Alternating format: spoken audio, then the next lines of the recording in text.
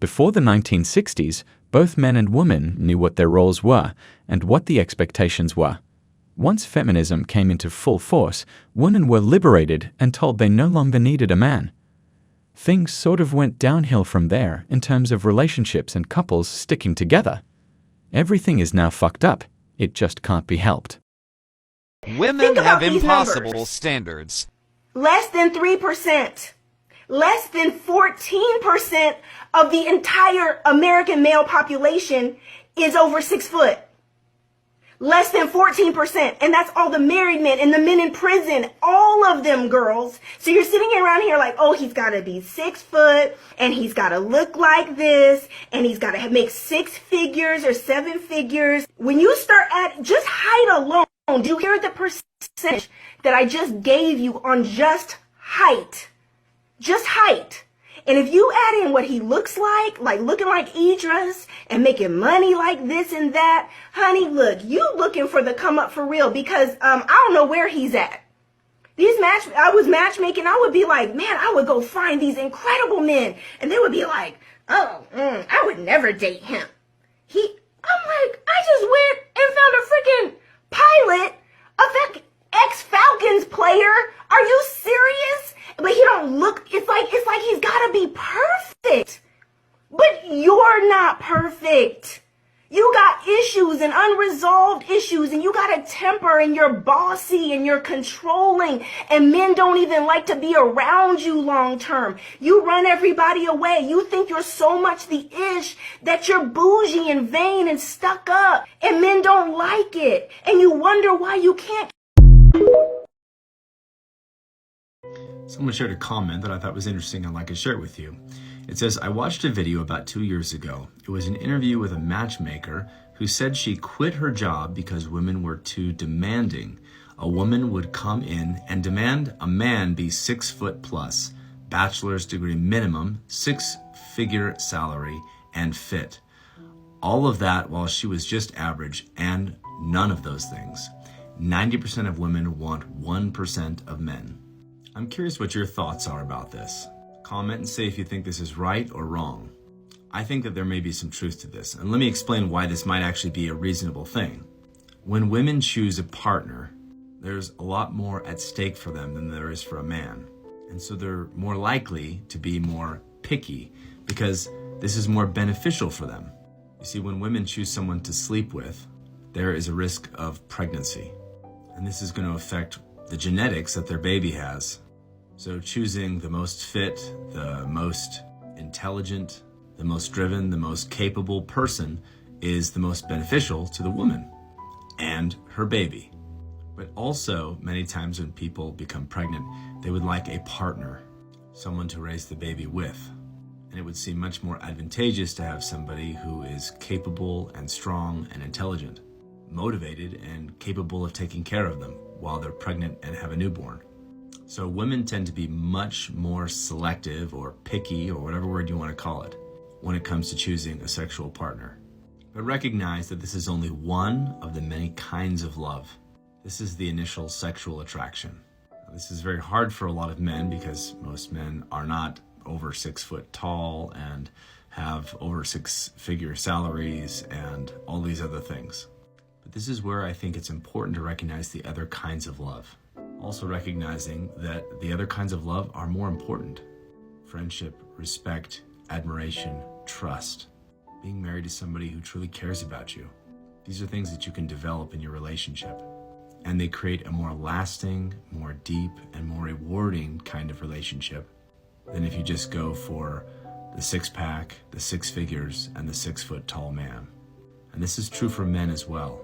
Men who are just chasing a body rather than someone that they deeply respect, admire, and have a good friendship with is not likely to yield as wonderful and as rewarding a relationship than if they went for those deeper things. Part of being a human is having different kinds of desires. And I recommend when it comes to love, choosing friendship and trust and admiration and weighing those things above lust. The number of female matchmakers quitting their jobs because of these women's unrealistic expectations is really alarming. I don't usually say this, but modern women are fucked up. They want a lot of the goodies, but they are not willing to do the work. They want a traditional man, but they don't want to act like a traditional woman. They want the 3 sixes, but they have a high body count. They're single mothers and have a lot of baggage. I think many women's bullshit is rooted in the paranoia of the boogeyman of male sexuality. The danger and fear of violence from a biologically stronger sex has a real basis, but these women do love to use it as a crutch or excuse for their own bad behavior and selfish demands. Historically, women have been oppressed. I think knowledge of that truth leads some to consciously or subconsciously believe that there's some kind of societal debt owed to women as a group from men. Whether that's true or not, some women take this understanding to the extreme, trying to apply that notion to the individual man that exists in this present day. I believe this is the cause of a lot of the entitlement and the outrageous demands you see from women, like on FDS, and counterintuitively upholding beneficial sexist practices. This causes tension between the sexes and leaves everyone miserable. Women are extremely group-oriented.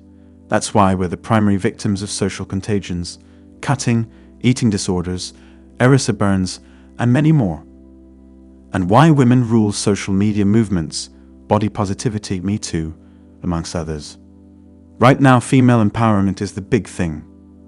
Women see sassy, beautiful, finger-snapping boss babes on social media telling them not to settle, and it lights a fire inside of them. It's an emotional thing. The commander of an army might give a big, powerful speech about crushing the enemy and riling up his soldiers. The same thing happens with women on social media. A woman with a ton of followers and a fake, glamorous lifestyle posts a bunch of empty women empowerment quotes, and it riles women up.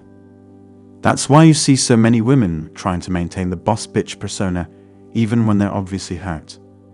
A man stands them up on a date and suddenly it is, well, he was a mediocre white cishet male anyway. I didn't like him anyway.